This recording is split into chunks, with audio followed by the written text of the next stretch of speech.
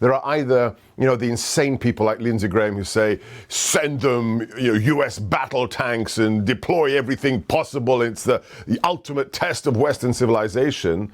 And there are others, like Tucker Carlson, who say, this is irrelevant. You are funding a neo-Nazi regime that's fully corrupt. We should not give a damn about Ukraine, and they can just, go up in flames. No, absolutely wrong.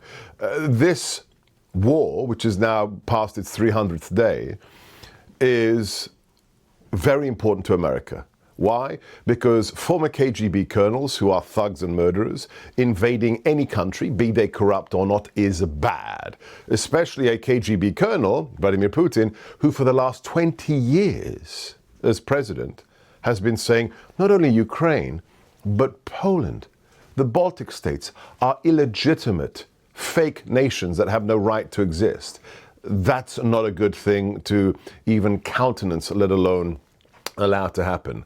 On the flip side, sending tens of billions of dollars to Kiev with zero accountability in praxis is also not strategic. I've said from the beginning, I think I wrote this in Breitbart, I wrote a piece saying right at the get-go, after the invasion, America should be involved, not with troops, not with massive, military involvement, but to provide or to help to provide Warsaw-era pact equipment from those NATO nations that have it, like Poland, like Hungary. Remember the MiG deal that was on the table and then shot down by the White House? That makes sense because Ukraine needs weapons it knows how to use. It doesn't need Patriot missile batteries that nobody in Ukraine knows how to handle. So give them Soviet-era equipment so they can fight for themselves. Give them ammunition because they need ammunition, especially artillery ammunition. And then lastly, in terms of military involvement, zero real military involvement for the US or NATO, but because we dominate the ISR domain, the intelligence, surveillance, and reconnaissance domain with our satellites, provide Kiev with those intelligence target sets that allow them to extract the most damage on the invading forces by targeting them effectively. That's what we should have been doing 300 days ago. That's what we should be doing today. But the idea that we ignore it or we deploy the 82nd Airborne, neither of those is good geopolitics. Oh. And the sad thing is, we don't have these discussions, even on the right. Forget about left and right. We don't have a slightly nuanced discussion about, countries invading each other in Europe. What does that mean for America? So this is the question, right, that a lot of people are having on the right.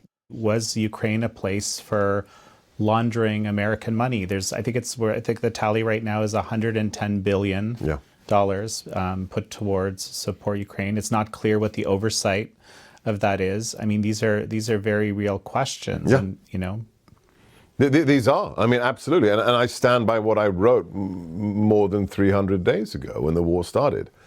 Sending unaccountable pallets of cash to any country is dumb. I don't care whether it's Afghanistan, the Ukraine, or whether it's Iraq. This is not, A, it's not good geopolitics, and B, it smacks of corruption. Now, I don't want to make excuses for anyone.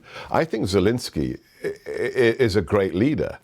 I think his regime is very problematic. I mean, this is the same country where Hunter Biden received $83,000 from one of the biggest Ukrainian energy companies that was eminently corrupt for a no-show job in a sector he had no experience in. This is the country where Joe Biden extorted the government saying, I'm going to hold back $1 billion worth of trade credits if you don't fire the chief prosecutor, who, by the way, is investigating the company that gave my son $83,000 a month for a no-show job. This isn't Switzerland. This isn't Vanuatu. This isn't Belgium. This is a problematic country, but it is still a geopolitical country, which, by the way, has also suffered greatly. People ask me, what is the end state of this conflict? I'll tell you what the end state is. Ukraine will fight, not to the last man. Ukraine will fight to the last 12-year-old who can lift an AK-47.